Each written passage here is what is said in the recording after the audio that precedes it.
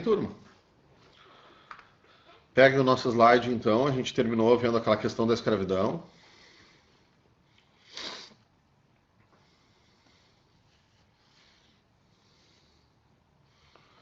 E agora eu quero que vocês anotem uma coisa muito importante aí. É uma coisa que vai entre o último slide, aquela coisa da substituição lá na plantation, né, da mão de obra africana pela mão de obra indígena. E efetivamente o nosso slide novo. É o número 1 agora, é aquele novo que foi enviado lá no grupo, né, que começa com a União Ibérica. Mas eu quero que vocês escrevam antes da União Ibérica algumas coisas que eu vou colocar para vocês. Isso é o outro. Vou pegar uma água ali enquanto vocês anotam aí.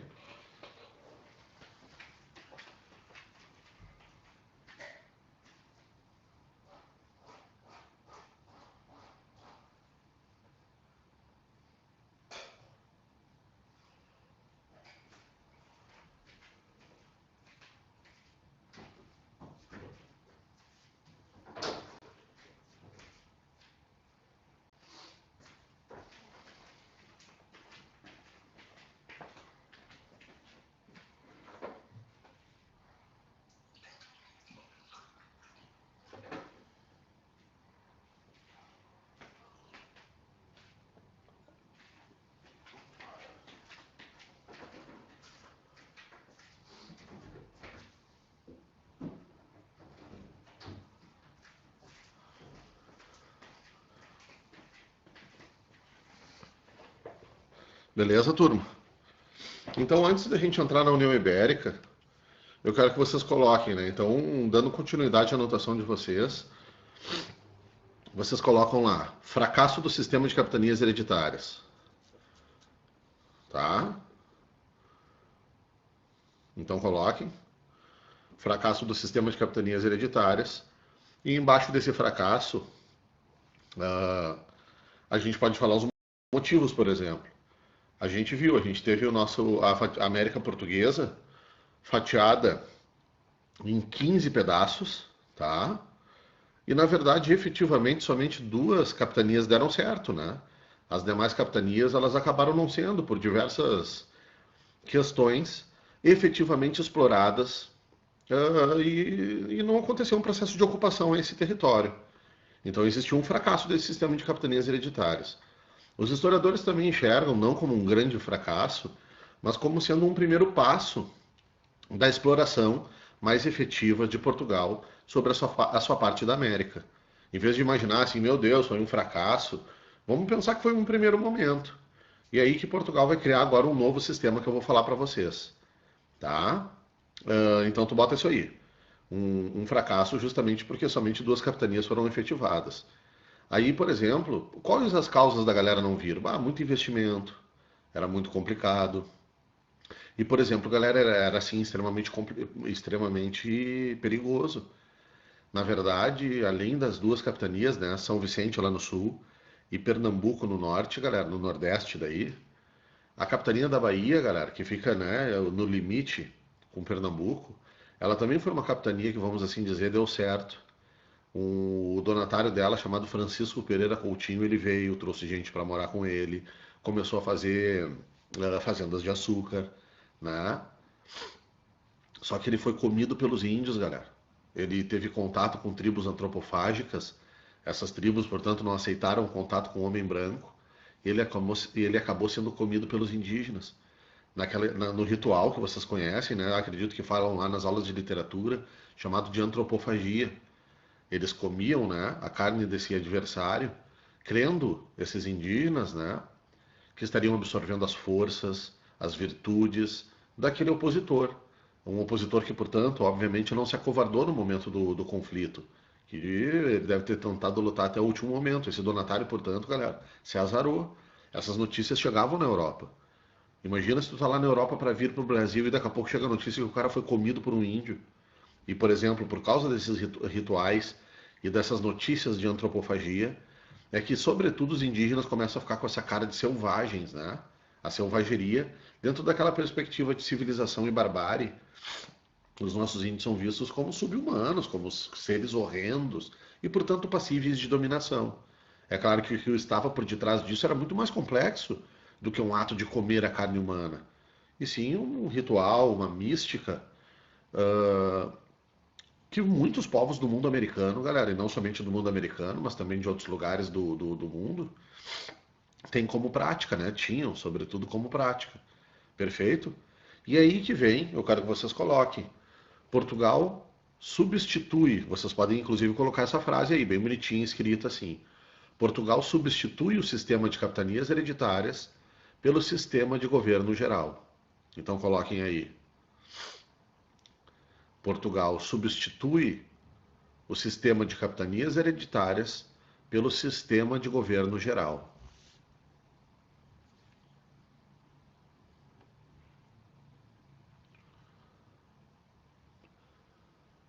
Beleza?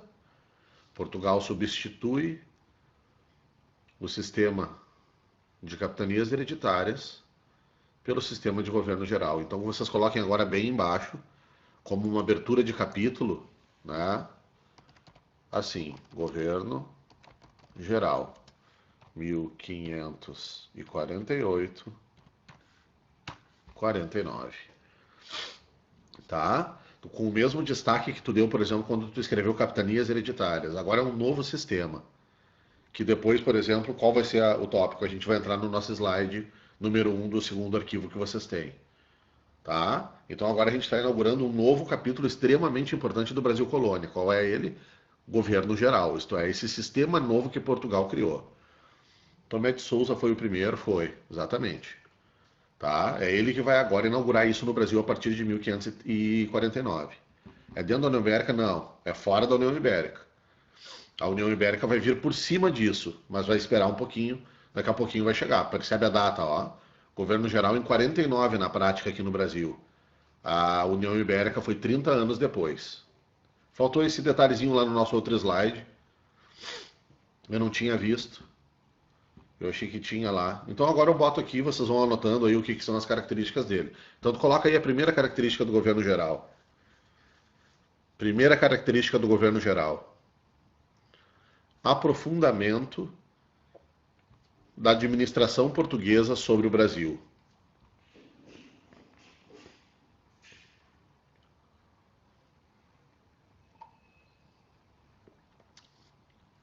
Aprofundamento da administração portuguesa sobre o Brasil. Vocês confundem muito, tá, galera? A partir de agora tu começa a ler, por exemplo, livro às vezes, ou até mesmo questões, e vocês se confundem quando num texto ou numa questão aparece a palavra capitania, tá? Galera, sistema de capitanias hereditárias foi extinto, substituído agora, pelo que tu tá anotando aí, pelo sistema de governo geral, tá? Agora, capitania, galera, não foi extinta. Capitania é uma divisão do nosso território, e as divisões continuaram existindo. Só que essas capitanias, aos pouquinhos, à medida que esse tempo colonial vai passando, elas deixarão de ser hereditárias e passarão a ser capitanias reais. Isto é, todas as capitanias que não tinham havido ainda um processo de ocupação e exploração, elas são agora absorvidas pelo rei. As outras capitanias que tinham tido um primeiro passo, é a partir da passagem do tempo que o Estado português vai acabar absorvendo até o momento, né, lá no Brasil do Ouro, que nós vamos entrar, até num determinado momento em que todas as capitanias do Brasil são chamadas de capitanias reais, pertencem ao rei, né? E aí elas têm os nomes dos nossos estados hoje. Então, capitania é uma divisão, tá? Agora, o sistema de capitania hereditária, aí esse sistema foi extinto a partir de 1549. Entenderam aqui a diferença? Só para ficar claro para vocês. Então, vocês botaram a primeira característica, isto é, foi um aprofundamento administrativo português sobre o Brasil. Tá, mas por que isso aconteceu, senhor? Isso acontece porque não deu certo a capitania hereditária. Portugal precisava de grana e precisava explorar mais essa nossa terra. Além disso, galera, as ameaças da França continuam muito presentes sobre o Brasil. Por que essas ameaças continuam presentes? Porque, cara, era sabido que os portugueses não estavam ocupando todo esse território, por mais que tivessem começado esse processo. Galera, através de atos de pirataria, os franceses vinham direto já ao Brasil, na região que ficava entre Pernambuco E, desculpa. E, pessoal, São Vicente, né? Logo depois nós vamos conversar sobre isso. Então, a segunda característica geral que eu quero que tu coloque do sistema de capitanias, desculpa, o sistema de governo geral. A segunda característica que eu quero que tu coloque, centralização administrativa. Centralização administrativa. A partir de agora, eu acho que o próprio nome já diz para nós, né, galera? A partir de agora, em vez de cada capitão donatário, né, ser chefão lá da sua capitania, a partir de agora existirá um grande chefe português no Brasil.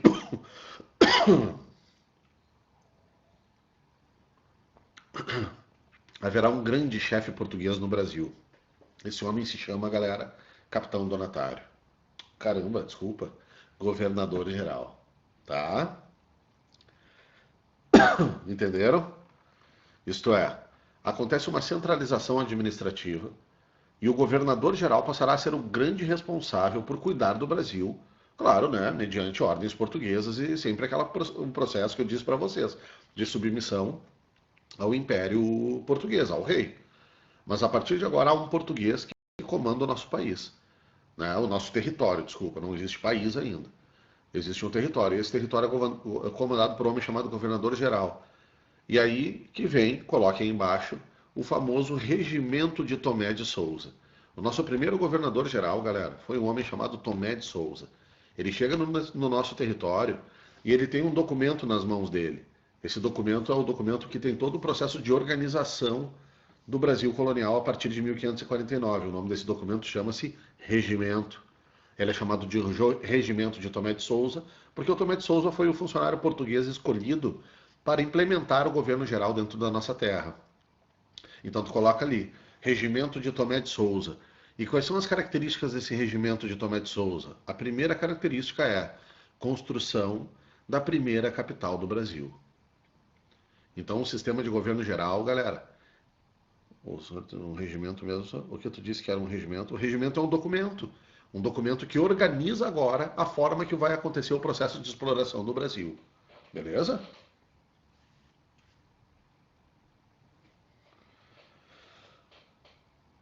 Foi?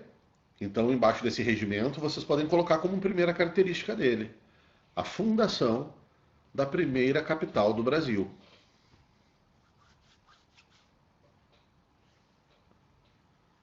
E aí, galera, eu acho que vocês sabem disso, né? A capital foi a cidade de Salvador, galera. Ela era chamada São Salvador de Todos os Santos. Lá na Bahia, na capitania do Francisco Pereira Coutinho, portanto, onde tinha começado o processo de exploração por ele, o rei vai pegar essa capitania, ele absorve ela pelo desastre que aconteceu, né? E usa essa capitania, portanto, para dar continuidade ao processo de exploração no Brasil. Ali ele manda construir a primeira capital do Brasil, que é a cidade de Salvador. Até 1763, então tu agora já sabe, né? Entre 1549 e 1763, a primeira capital da nossa terra é a cidade de Salvador, lá na Bahia. Tá? E é a partir dali, portanto, que o governador-geral comandará o nosso país. Então ele vai ficar governando durante um período, é óbvio, né? Ele não vai governar todo esse período, obviamente, pelo amor de Deus. Ele governa durante 4 anos. A ideia do governo geral era essa. Eles ficavam 4 anos, o rei substituía por um outro. Vinha o outro, ficava trocando, trocando, trocando. Pois bem, até 1763.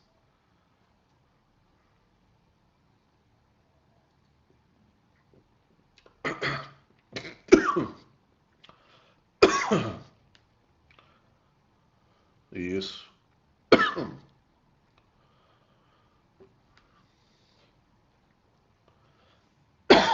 Coisa chata. Galera.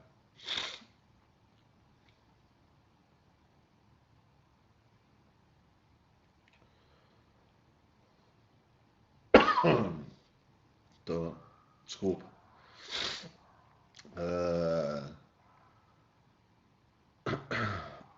Só um pouquinho que tá irritado a minha garganta.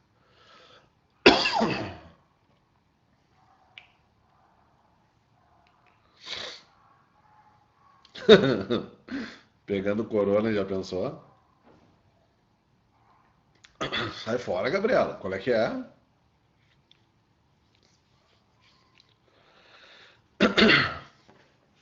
Ah, foi. Ah, Gabriela zicando o professor, cara. O cara aqui passando, pregando a palavra da sabedoria histórica. Pra ninguém passar vergonha e fazer aquelas manifestações tipo ontem. E aí a pessoa dizendo que eu tô com corona, bah.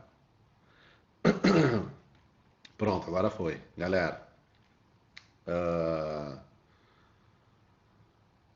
o processo, portanto, de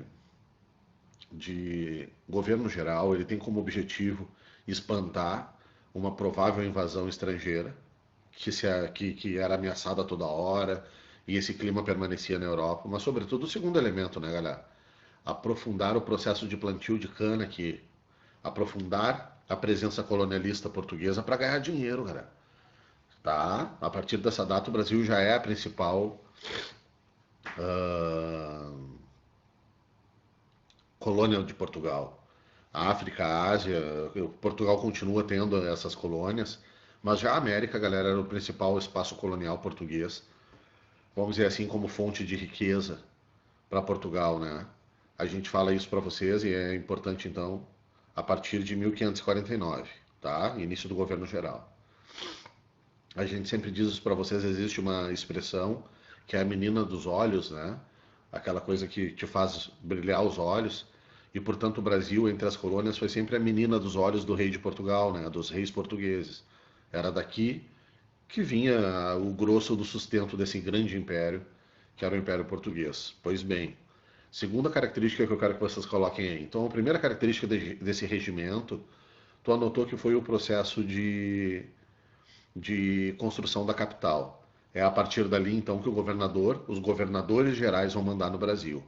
Aí a segunda característica que eu quero que vocês coloquem, complexificação, ó, complexificação administrativa. Complexificação administrativa, isto é, o sistema de governo geral, ele é um sistema mais arrojado no que tange o processo de administração, para justamente fortalecer o Estado português dentro do Brasil. Isso não, isso nós estamos construindo agora, Caian. Eu achei que tinha nesse nosso último PDF, daí eu olhei agora e não tem, né? Antes de nós inaugurarmos a União Ibérica. E aí agora vocês estão anotando aí, beleza?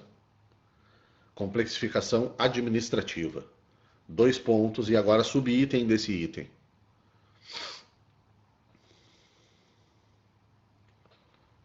Pode repetir o objetivo de afastar o quê? A invasão estrangeira, né? Povos, por exemplo, como sobretudo a França, queriam invadir o Brasil. Então o objetivo é afastar essa possibilidade de uma invasão.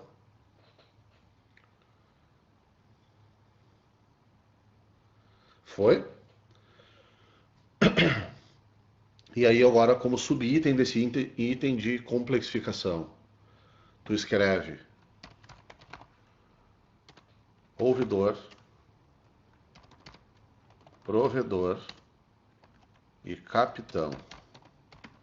Ao lado, galera, do governador-geral do Brasil, o grande chefe português que vai ser o responsável por todas as grandes investidas do nosso território, investidas, né, no plano simbólico, não financeiro, mas por cuidar administrativamente da nossa terra.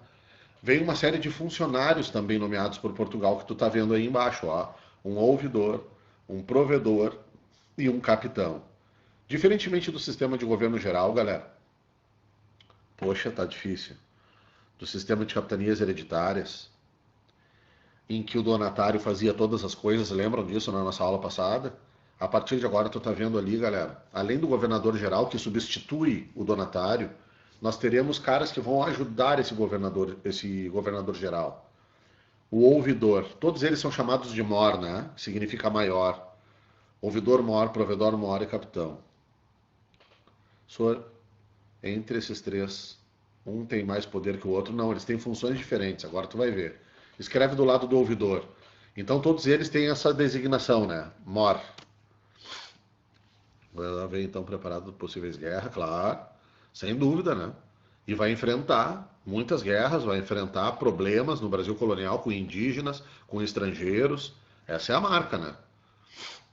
Olha ali, ó, né, eu botei para vocês, é ouvidor mor, provedor mor, capitão mor, é maior, né? Significa esse sentido. O que que é o ouvidor? Coloca do lado, juiz. Lembra que eu falei para vocês que o donatário fazia justiça lá naquele sistema anterior? Pois a partir de agora não mais. A partir de agora o governador geral não é responsável pela justiça. Pela justiça, no espaço colonial, há uma figura chamada ouvidor. Ele é o responsável por esse processo. O provedor é quem? É o cara que arrecada os impostos. Agora tu vai lembrar direto daquele nosso slide que a gente viu que a arrecadação de impostos também era feita pelo capitão donatário. Pois bem, agora mudou. Agora tem um funcionário específico para isso. Percebe uma complexificação que vocês anotaram ali. E além disso está lá o terceiro, ó, capitão. O nome mais ou menos te sugere, né? Esse é o cara responsável por defender as fronteiras do Brasil. O capitão Mor, tá? Esse cara é muito importante, haja vista agora as ameaças de invasão e tudo mais, e sobretudo as relações também com os próprios indígenas. Então tu tem um chefe militar responsável por cuidar disso. Olha o nome do outro chefe, Capitão Donatário. Era ele o responsável pela defesa da capitania dele. Então tu percebe que agora Portugal ele criou um governador geral e um grupo de funcionários responsável por ajudar esse governador geral no processo de exploração e organização do Brasil. Vamos ver aqui a pergunta. O ouvidor é juiz. Ele é juiz, o provedor arrecada imposto e o capitão defesa. Isso, exatamente. Surgimento dos funcionários públicos, sim, dá para pensar, tá? Só a gente não trabalha essa noção de público assim. Não é um funcionário público com a acepção que nós temos hoje, porque eles são tudo nobres portugueses nomeados para exercer essa função. Entende? A ideia de um funcionário público e a ideia de um bem público vai se construir após o mundo moderno, né? No momento em que o Estado não é do rei. Pensa que nesse mundo moderno, quando vocês tiverem aula de história geral, vocês vão ver isso, né? O absolutismo e tudo mais. O Estado se confunde diretamente com o rei. Beleza?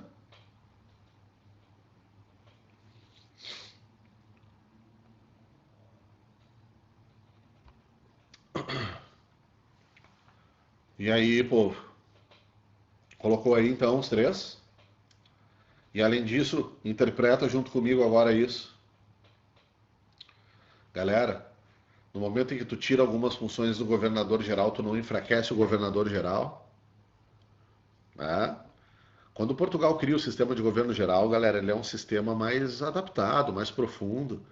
Ele fragiliza a pessoa do governo geral, trazendo outros funcionários,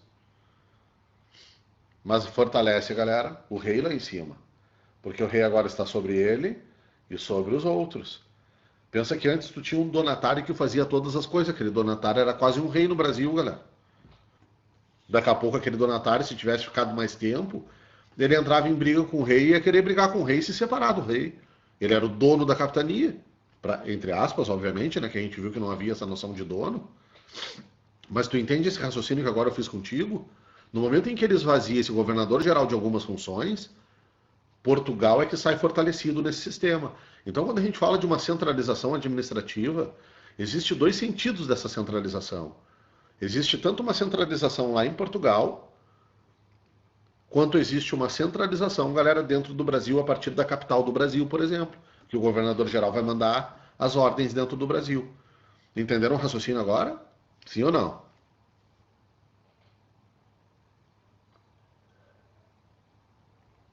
Perfeito.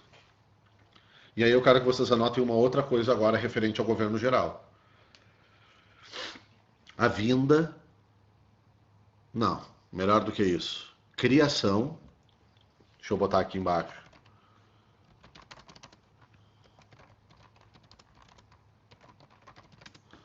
Criação do Bispado do Brasil, aí no chatzinho de vocês.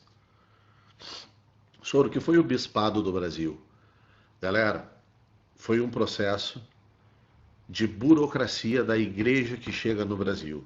O bispado, galera, é um centro administrativo da igreja. E o primeiro bispado do Brasil acontece aqui nesse governo geral. Agora tu coloca embaixo desse bispado do Brasil o que eu ia dizer antes para vocês: vinda dos primeiros jesuítas para o Brasil.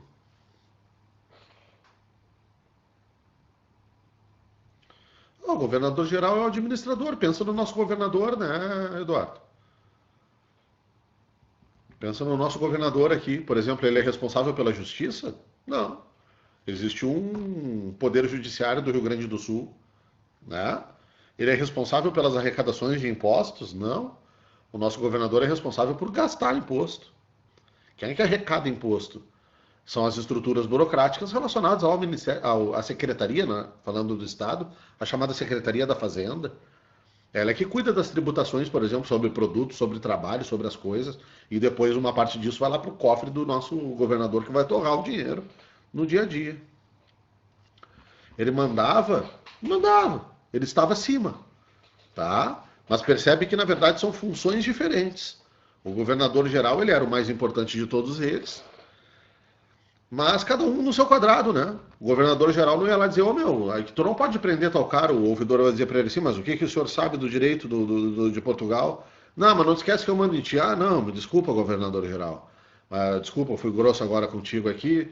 Não, conforme a lei do rei e tal, tal, isto é, cada um no seu quadrado, né, mano? Vamos ver aqui. Isso tudo é durante o Tomé de Souza, isso. Tudo durante o Tomé de Souza. Todo esse processo de organização se deu com ele, tá? E, inclusive a vinda dos primeiros jesuítas que tu vai anotar aí agora. Pode deixar que quando eu pontuar o segundo governador geral para vocês, eu vou avisar o nome dele para vocês. Então tu anotou aí a fundação do primeiro bispado e a vinda dos primeiros jesuítas para nossa terra? Sim ou não?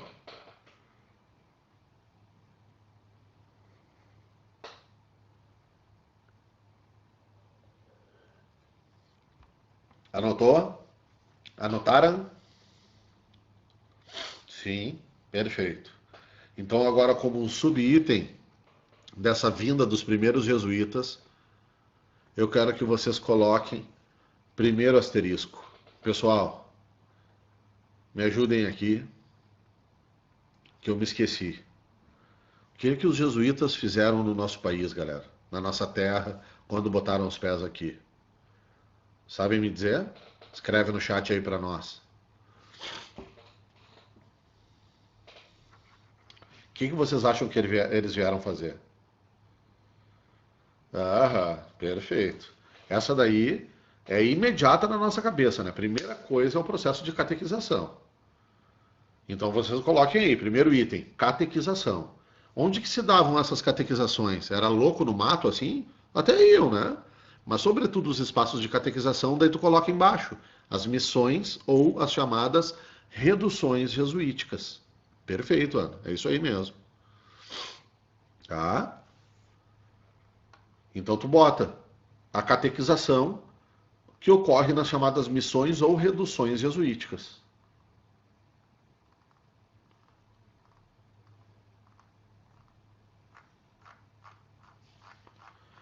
Segunda característica, galera. Pensem um pouco e me ajudem aí também. Me deu um branco agora. Ó. Quando vocês falaram, já na hora lembrei.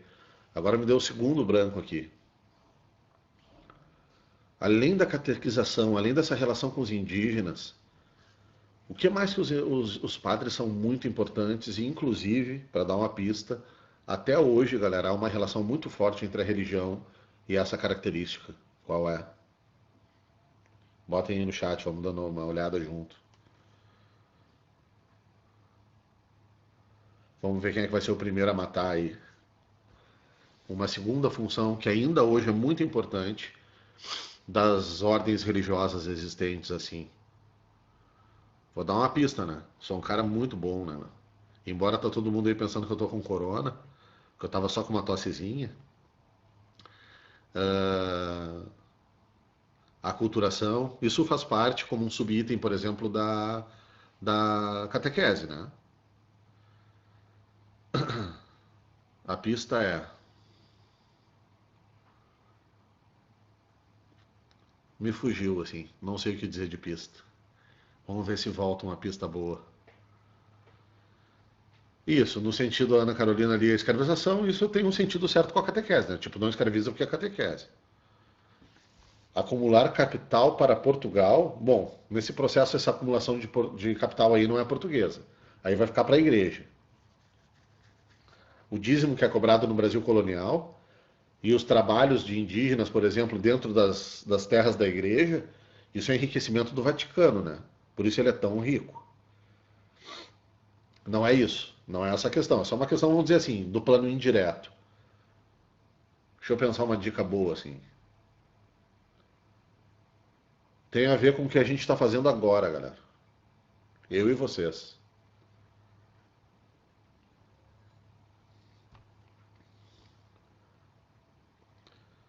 E aí? Pô, essa daí eu tô sendo quase igual a mãe. Quarentena, tu vai ver. A comunicação dos indígenas, eles que aprenderam a comunicar conosco.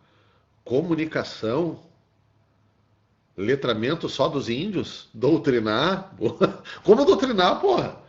Eu tô aqui num processo de educação científica. Que papo é esse de doutrinar? Exato, galera. Mais exato. Mais que letramento, Gabriele. A Ana Carolina botou ensino. Perfeito. Coloquem aí, galera. Educação, povo. Porra, duvido que não tem vários de vocês aí que estudaram em colégio de padre, galera. Né? O nosso objetivo ali coladinho com o Rosário, por exemplo. A PUC, galera. Que alguns de vocês vão estudar ano que vem, ganhar uma bolsa completa para estudar lá através do ProUni. Aí vão escolher, né? Vou para Federal ou vou para PUC? Daí vocês vão escolher. Isto é, educação, galera. E aí eu quero que vocês coloquem embaixo dessa educação, somente os padres eram professores, galera. Não havia colégio público. Não havia uma educação estatal, uma educação do Estado português que cuidasse disso, não. A educação era papel dos padres, tá?